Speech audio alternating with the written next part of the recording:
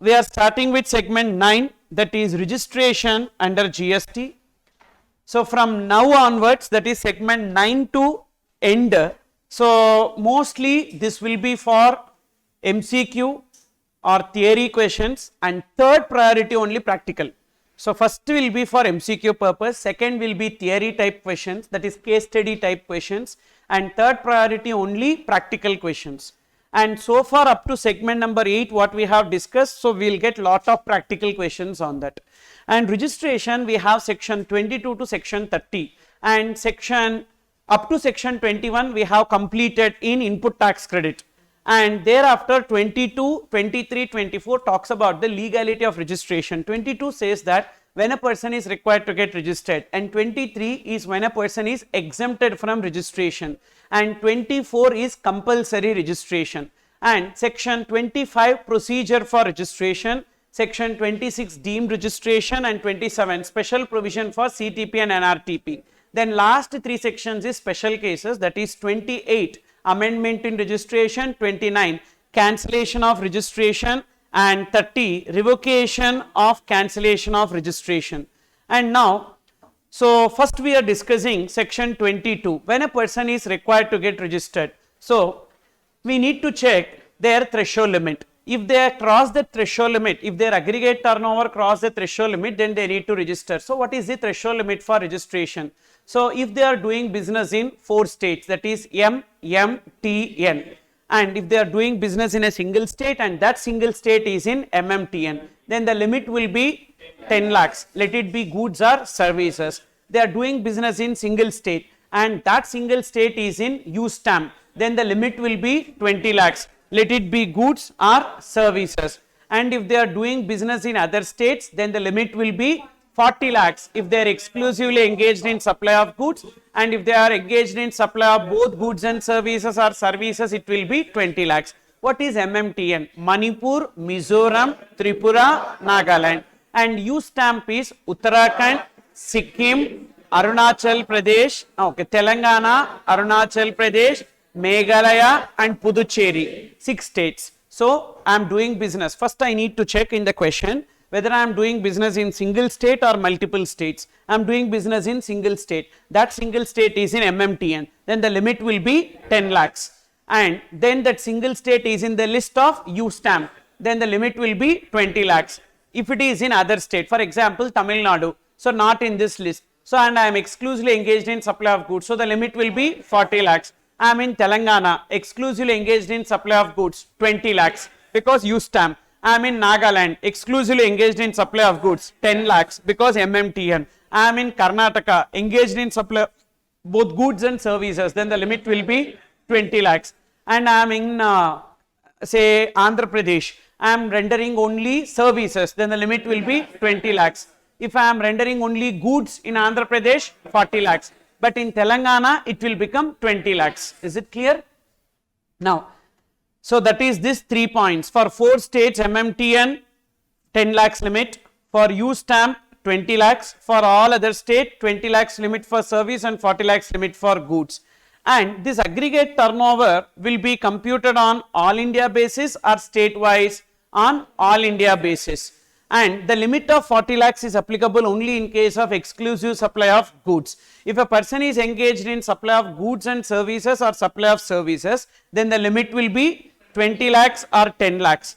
And if the supplies are made from multiple states, then what we need to do? So in case of multiple states, I am doing business in multiple states. Here also 3 points I need to remember. Number 1, that is, out of these multiple states, one state is in MMTN and taxable supplies are made from that state, then the limit will be 10 lakhs. What is that? Out of these multiple states, one state is in Manipur, Mizoram, Tripura, Nagaland, and I am making taxable supplies from that state, so then the limit will be 10 lakhs. And if I am doing business in multiple states and none of these states is in MMTN U stamp, I am doing business in multiple states, none of the state is in MMTN U stamp and I am exclusively engaged in supply of goods, and the limit will be 40 lakhs. In all other cases, the limit will be 20 lakhs. So, supplies are made from multiple states, and if taxable supplies are made from special category state, then 10 lakhs. If supplies are made from multiple states, and in those states if U stamp is also one of the states, then the limit will be 20 lakhs. Suppose if none of the state is in MMT and U stamp and you are exclusively engaged in supply of goods, then the limit will be 40 lakhs. And the limit of 40 lakhs is not applicable in the following cases. Voluntarily when you get registered, the threshold limit is not applicable. And suppose if you are compulsorily required to get registered also, threshold limit is not applicable. And person making supply of ice cream, edible ice, pan masala, tobacco and tobacco products, but aerated waters is not here. That is only for composition scheme. But bricks and roofing tiles. And there in composition scheme, manufacturer of those notified goods cannot opt for composition scheme. But here supplier means he can be manufacturer or trader. He cannot opt for, like he cannot go for 40 lakhs limit. So now what does it mean? Should I be engaged in supply of these goods alone? 40 lakhs limit not applicable. Or for example, I have a supermarket. In that supermarket, I am selling lot of goods. Along with that goods, I am also selling ice cream. Then what will be the limit applicable to me? 40 lakhs or 20 lakhs? 40 lakhs. If I am exclusively engaged in supply of ice cream, edible ice, pan masala, tobacco products, bricks and roofing tiles, then the limit of 40 lakhs will not be applicable, it will be 20 lakhs. I am supplying other goods also, these goods also, 40 lakhs limit is applicable. If I am exclusively supplying these goods, then only 40 lakhs limit is not applicable. Then this is given in section 22 subsection 1, as and when aggregate turnover exceeds in a financial year exceeds threshold limit as discussed above, then they are liable for registration. Section 23, we have some exemption from registration. When a person is exclusively making exempted supplies or non-taxable supplies, or exclusively making supplies covered under RCM, or an agriculturist engaged only out of supply, out of cultivation of land. So these four cases, they are exempted from registration. What are the four cases here? Exclusively making exempted supplies or agriculturist, but that agriculturist should be engaged only in supply out of cultivation of land. For example, a groundnut farmer engaged in sale of groundnut. So whatever may be the turnover, not required to register. They are selling groundnut. Also they are processing groundnut oil and they are selling. Now in that case, are they engaged only in supply out of cultivation of land? No. So in that case, this exemption will not be applicable. Then if my outward supply is fully covered under RCM, so whether I am exempted from registration? Yes. So for example, advocate's outward supply is fully covered under RCM, so they are exempted from registration. Suppose if a person is making both exempted and taxable supply, then the above exemption is available or not available? Not available. And compulsory registration is there in two places. 22 also compulsory registration is there, 24 also compulsory registration is there. But the difference in 22 compulsory registration versus 24 compulsory registration is that in 22 compulsory registration, so we have to register, then we can make application for cancellation of registration. But in 24 compulsory registration, we need to register and we can never make application for cancellation if the turnover falls below the threshold limit. But that advantage we have in 22. So that's what I have given note. They can make application for cancellation of registration if their aggregate turnover falls below threshold limit. But is that possible in case of 24? No. So 22 compulsory registration is in three cases. That is, I am already registered under earlier indirect tax law, and then in that case, so I am required to get registered compulsorily under GST law also. But suppose if my turnover falls below limit, I can make application for cancellation. Same way, whenever there is a transfer of business, if the transferor is registered, transferee also should definitely get registered. And suppose if the transferee's turnover is below threshold limit, they can make application for cancellation of registration. Then transfer pursuant to a scheme of amalgamation or demerger. So there is a resulting company coming into existence. That resulting company is a new company. Aggregate turnover is 0. Even then the resulting company has to compulsorily get registered. But whenever their turnover falls below threshold limit, they can make application for cancellation. What are the three compulsory registrations under section 22? So registered under earlier law, transfer of business, or transfer pursuant to a scheme of amalgamation, merger or demerger. Then compulsory registration under section 24 is in case of I creations. I creations, you need to remember, I for interstate supply of goods. The two are goods, taxable goods. Interstate supply of taxable goods. Whether interstate supply of services is compulsorily required to get registered? No. And interstate supply of taxable goods other than handicrafts. Suppose if a person is making interstate supply of handicrafts, are they compulsorily required to register? No. So I refers to interstate supply of taxable goods other than handicrafts. C for casual taxable person other than handicrafts. Then R for recipient liable to pay GST under RCM 9 subsection 3 compulsorily required to get registered. Then E for e-commerce operator. Which e-commerce operator? Two e-commerce operator. E-commerce operator liable to pay GST under 9 subsection 5 HATE, or e-commerce operator liable to deduct TCS under section 52. Then A for agent. Agent making supply on behalf of principal. And TDS deductor. Then I, input service distributor who distribute the credit to the branches. And then I, OIDR supplier located outside India making supply to non-taxable online recipient in India. Then N, NRTP, non-resident taxable person. And S, supplier of goods through e-commerce operator. So these people are compulsorily required to get registered irrespective of threshold limit. Then suppose if a person is covered under section 24, also covered under section 23, then section 23 will override every section. So section 23 overrides 22 as well as 24, and section 24 will override only one section. What is that? Section 22 subsection 1. So which means if a person is exempted from registration, they are exempted from registration, they are not at all required to get registered. And then we need to check, are they compulsorily required to get registered? Yes, then they are required to get registered. Otherwise, then they need to register only when their aggregate turnover exceeds threshold limit. Then we have section 25.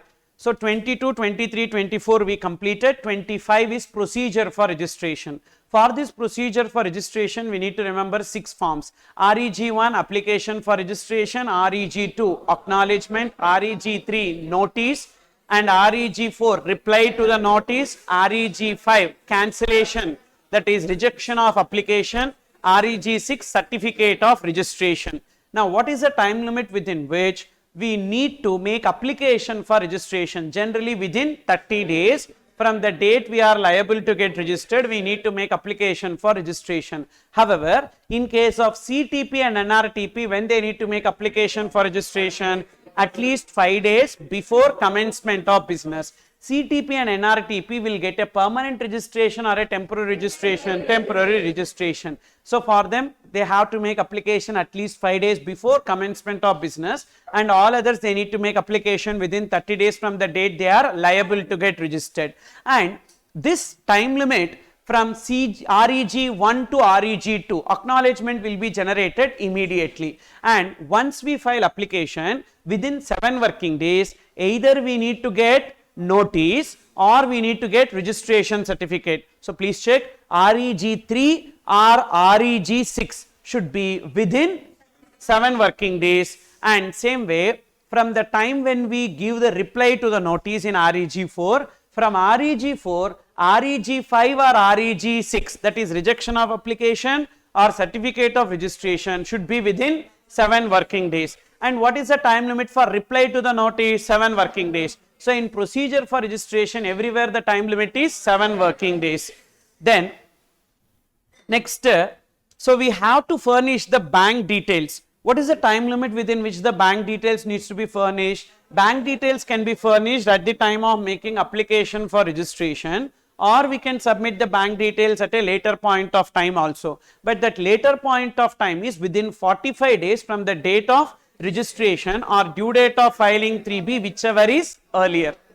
Okay, so 45 days from the date of registration certificate or due date of filing 3B, whichever is earlier. That is submission of bank details after registration.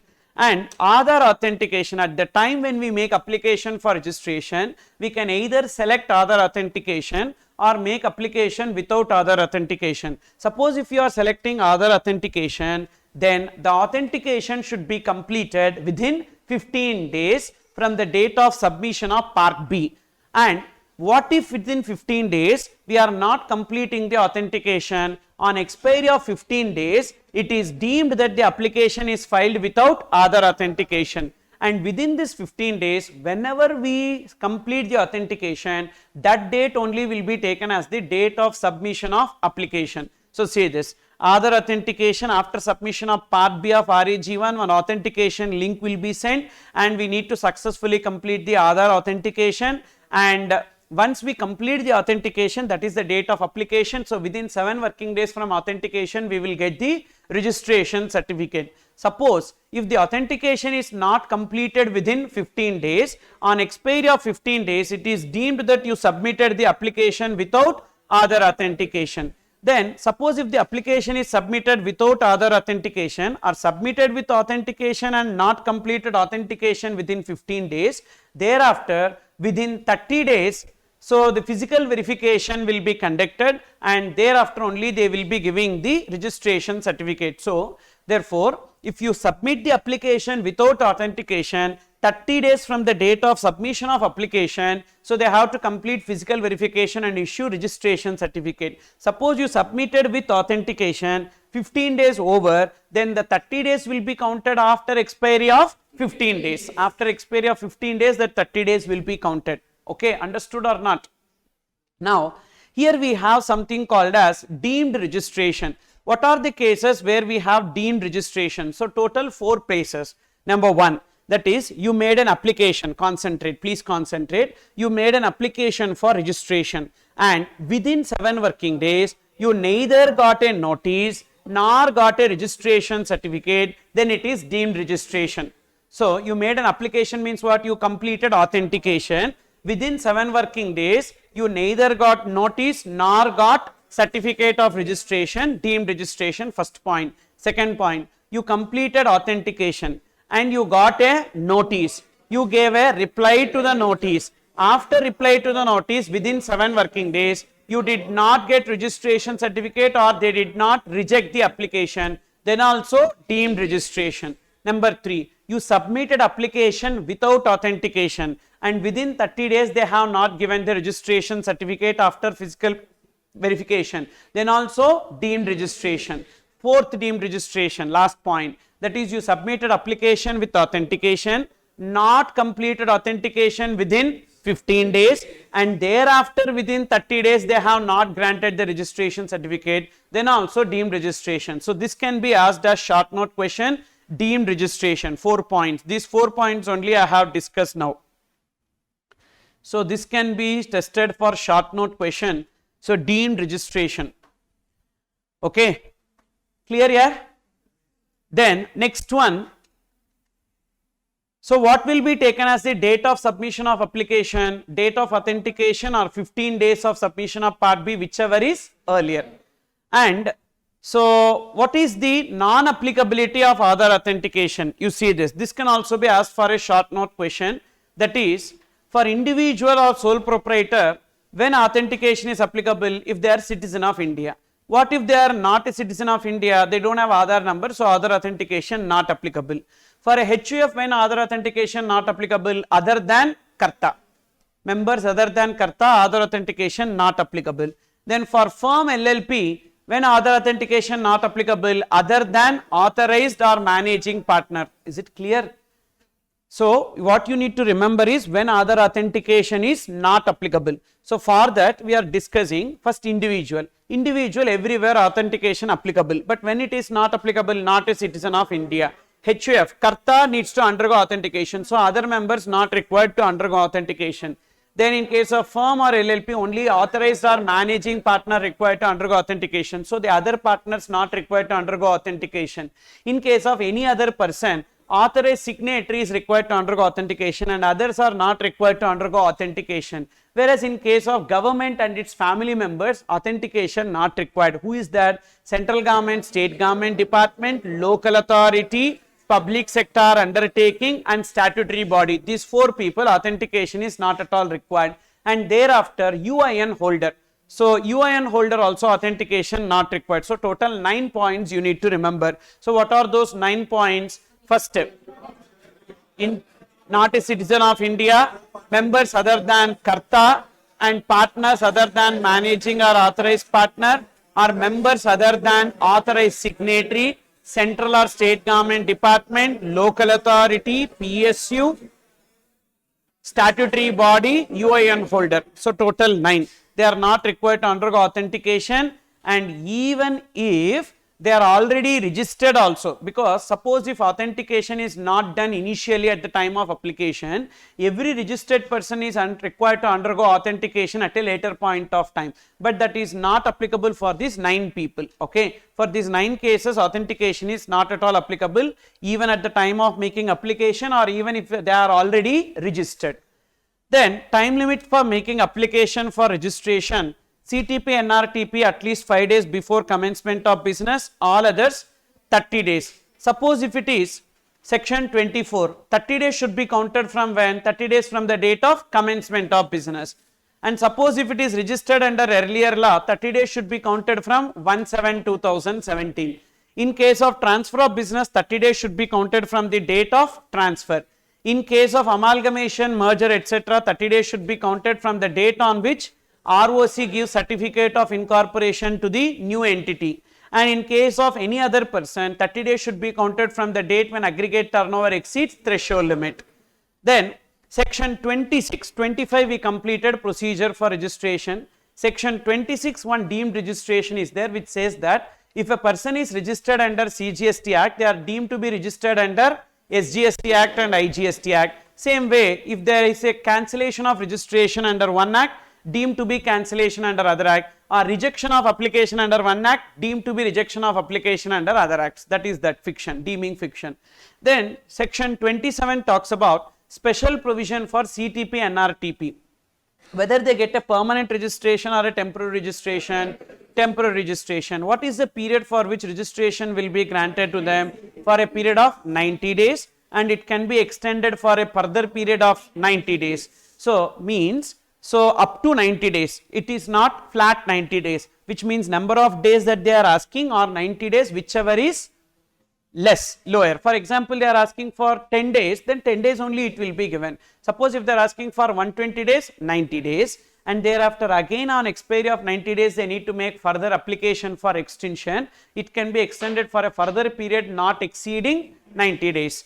And then for the period for which they are making application for registration as a CTP NRTP, they need to deposit advance tax, and that advance tax will be deposited into electronic cash ledger that will be utilized for payment of their liability. If there is any excess balance in the cash ledger, they can get it as a refund, and if there is any shortfall with respect to that, they need to make the payment. Okay, and that is this advance tax point. At the time of submission of application, they need to make advance deposit of tax. What should be paid as advance tax? Net tax liability, that is estimated gross tax liability minus estimated input tax credit, that is estimated net tax liability they need to pay as advance tax.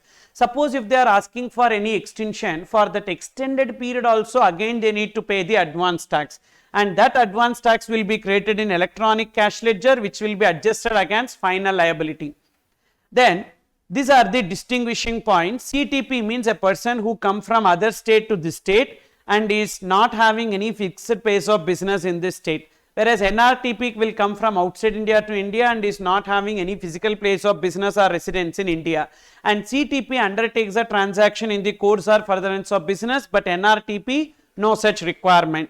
CTP will be having a permanent account number, but NRTP will not have a permanent account number, and he can take registration using his passport, and CTP will make application for registration in REG1 and NRTP in REG10, and CTP will file a regular return, that is GSTR1 and GSTR3B, but NRTP will file a return in GSTR5. So this also can be tested. Distinguish between CTP and NRTP, you need to prepare this table. Then next one, last 3 sections we have: section 28 amendment in registration, section 29 cancellation of registration, and section 30 revocation of cancellation of registration. Section 28 amendment in registration is, at the time when we make application for registration, we would have given some details. If there is any change in those details submitted at the time of application, for that we need to make an amendment application, and this changes is divided into two, core fields and non-core fields. What are the three core fields? Change in name, change in address, and change in top management, that is change in like managing director or partners or karta, etc. change in top management. These three changes is subject to approval by the proper officer. But apart from these three changes, any other change, the portal will automatically take care of that change, and this is non-core field. And suppose if we need any retrospective amendment, is it possible? No. Retrospective amendment is possible only with the order of commissioner. And what is the procedure for this amendment in registration? We need to make an application in REG 14, and that application we need to make within 15 days of that change, and thereafter so they will give a notice asking for any clarification. That notice is usual REG 3, and notice will be given within 15 working days. So from the date of submission of REG 14, when we make application for amendment, it is 15 days, but when they give notice, it will be 15 working days. And after this we need to give reply to the notice. The reply to the notice will be within 7 working days in REG 4, and thereafter if they are satisfied, they will pass an order, otherwise they will reject the application within 7 working days. Here also we have deemed acceptance or deemed amendment in registration, that is, say this, just write down, within 15 working days, within 15 working days, within 15 working days after application, within 15 working days after application, neither notice in REG 3 nor order for amendment,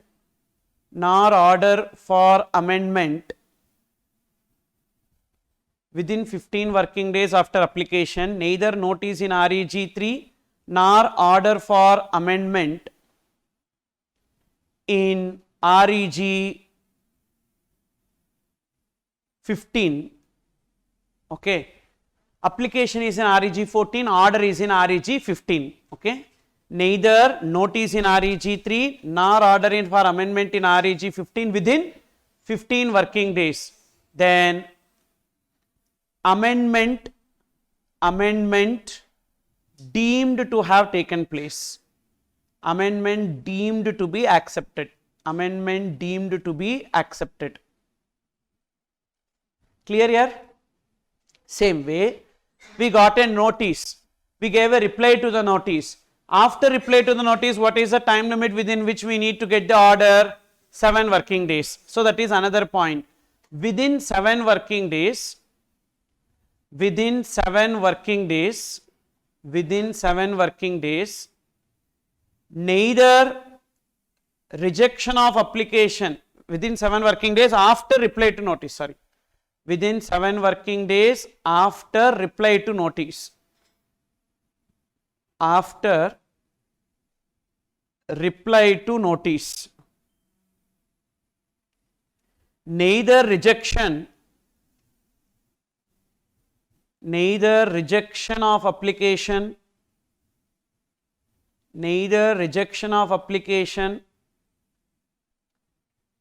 in REG 5, nor order for amendment,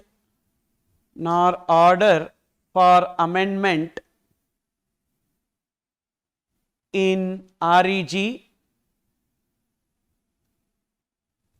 15,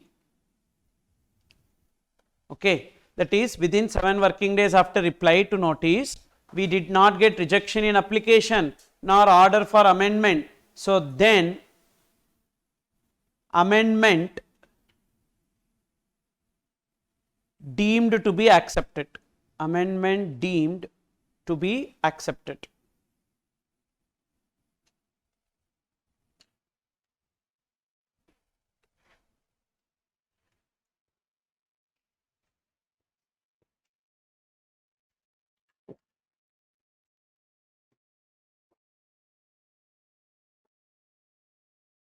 Clear here? Then next one is cancellation of registration. So cancellation of registration, there are some amendments in this case. So cancellation of registration is divided into two. So in three cases, either registered person can make application for cancellation or proper officer can initiate cancellation.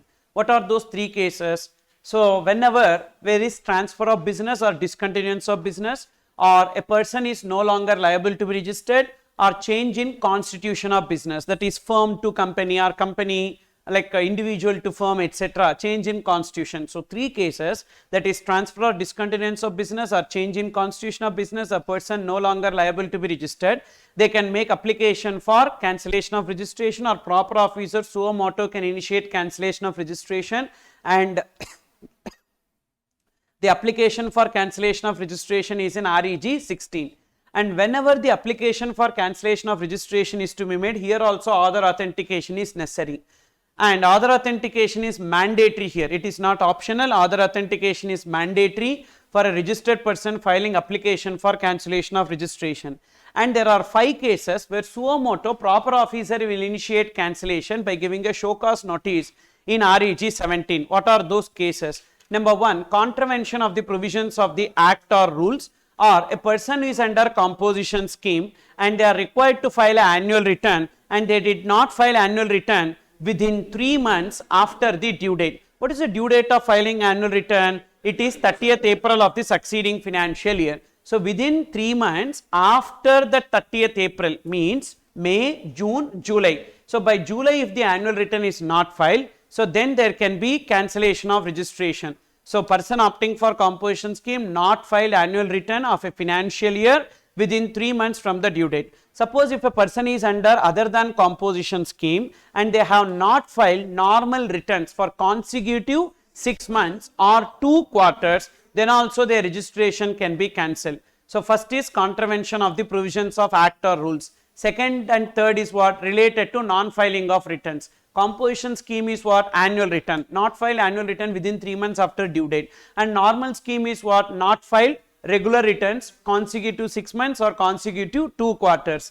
And point number 4, registration obtained by fraud. And point number 5, obtained voluntary registration and not commence business within 6 months. These are the 5 cases where officer will initiate cancellation of registration by giving notice. So total 8 situations. Suppose if we get a question, what are the situations that leads to cancellation of registration? We need to write these 8 points. Okay. Then what are the contravention of provisions that leads to cancellation of registration? There we need to write these 7 points. Understood or not? What are the contravention of provisions that leads to cancellation of registration? 7 points. What are those 7 points? First, 3 wrong things. That is wrong invoice, wrong address, wrong ITC. Okay. Wrong invoice, wrong address, wrong ITC. Means what? You are not doing business from the place where you are required to do the business. So then wrong address. Then wrong ITC. So that is avails ITC in contravention of the provisions of section 16. First one, you are not doing business from your declared place, wrong address. Then wrong ITC, you are availing ITC in contravention of provisions of section 16. Then wrong invoice, that is you are invoicing or giving invoice in contravention of the provisions of rules. Then 3 violations. So violation number 1, violating the provisions of anti-profiteering, violating the provision of anti-profiteering, and violating the provision of furnishing the bank details within the stipulated time. What is the time limit within which we need to give bank details? 45 days from the date on which we get the registration certificate, or so the due date of filing first return, whichever is earlier. So by that time, suppose if we are not furnishing the bank details, so then also that leads to cancellation of registration or violation of rule 86B. So rule 86B is what? That is not paying 1% of your gross liability through electronic cash ledger. So that is violation of Rule 86B. In these three cases, violation of the provisions of anti-profiteering, not furnishing bank details within the stipulated time, or not paying 1% of gross liability through electronic cash ledger, these three violations also there will be cancellation of registration. So total 6 points you have studied so far. What are they? Wrong ITC, wrong address, wrong invoice, violation of anti-profiteering, violation of not furnishing violation of furnishing bank details, violation of payment of 1% through electronic cash ledger. Then next one more point, seventh point, that is liability in GSTR 1 is greater than liability in 3B. Means you added more invoices in GSTR 1 but you have not discharged that liability in 3B, or you have availed more ITC in 3B than in 2B for one or more tax periods. That is also reason for cancellation of registration. So these 7 cases, that is what contravention of provisions. This first point is there na, contravention of provisions. So what are the contravention of provisions that leads to cancellation of registration is this 7 points.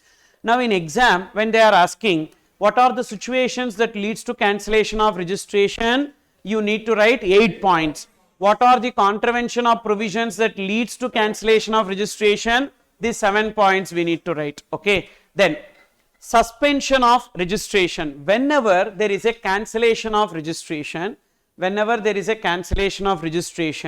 so the notice will be given first, and thereafter the registration of a person will be suspended, or application will be made, thereafter the registration of a person will be suspended till the conclusion of cancellation proceedings. So for example, a registered person makes an application for registration. So from that date till the conclusion of cancellation proceedings, what will happen on conclusion of cancellation proceedings? Either that person's registration will be cancelled or his application will be rejected. So till conclusion of cancellation proceedings, his registration will be suspended. So starting date is what? From the date he makes the application for cancellation or the date selected by him in the application, whichever is later. So what is the period of suspension? You can see the registration shall be deemed to be suspended from the date of submission of application or the date on which cancellation is sought, whichever is later. Till when it will be suspended? Till the date of conclusion of cancellation proceedings. Suppose if officer is giving show cause notice, so he will specify one particular date from when your registration will be cancelled. From the date till the conclusion of cancellation proceedings, our registration will be suspended with effect from the date to be determined by him pending the completion of proceedings for cancellation of registration.